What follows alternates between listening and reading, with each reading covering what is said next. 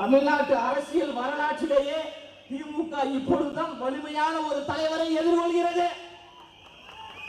பக்காவாஸ் கட்சியின் தலைவர் என்று நம் தலைவரை சில தற்குறிகள் விமர்சித்துக் கொண்டிருக்கிறார்கள்.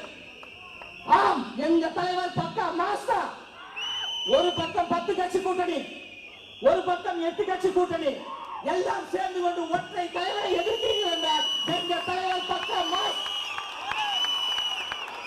நீங்க கூட்டாக வந்தாலும் சரி, கூட்டணியோடு வந்தாலும் சரி, ஒற்றையாக நின்று தமிழ்நாட்டில் ஆட்சி அமைக்கக்கூடிய மாபெரும் தலைவராக காமராஜரின் பேரனாக அண்ணன் விஜய் அவர்கள் இருக்கிறார்.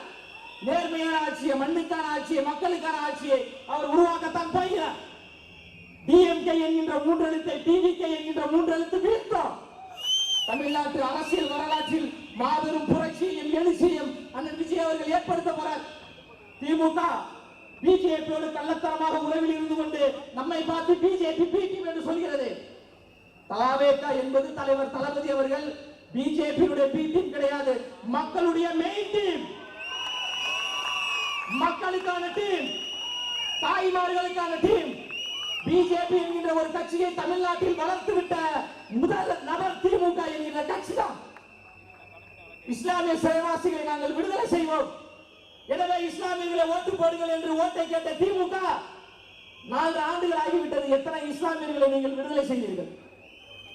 இஸ்லாமியர்களிடம் பொய் வேஷம் போட்டுக்கொண்டு பித்தலாட்டங்களை செய்து கொண்டு எங்களை பார்த்து தொடர்ந்து சங்கி முத்திரை செய்து கொண்டிருக்கின்ற மங்கிகளை எல்லாவற்றையும் எதிர்கொள்வதற்கு நாங்கள் தயாராகத்தான் இருக்கிறோம்.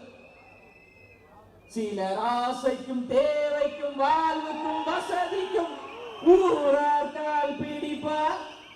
இது நம்ம திமுக தான். மானம் இல்லை, ஒரு ஈனம் இல்லை, அவர் எப்போதும் வாழ் பிடிப்பார். இது தலைவருக்கு. எதிர்காலம் வரும், என் கடமை வரும், பேசத்தை திமுகவை கூட்டத்தோடு ஒழிப்பேன், பொது நீதியிலே புது பாதையிலே நல்லோர் முகத்திலே விழிப்பேன் அப்படின்னு தலைவர் துணிச்சலாக இருக்கிறாரு. பொதுச் செயலாளர் அவர்கள் பேசணும், நிறைய பேசணும்னு ஆசை தான், நேரம் இல்லை, மணி 9 ஆயிடுச்சு, ரொம்ப களைப்பா இருக்கிற மாதிரி தெரியுது.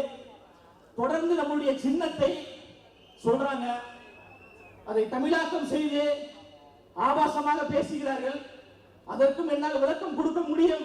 இருந்தாலும் எங்க பொதுச் செயலாளர் அவர்கள் நான் திருநெல்வேலி கூட்டத்தில் பேசிய அந்த சொல்லை கேட்டு என்னை கூப்பிட்டு கண்டித்தார்.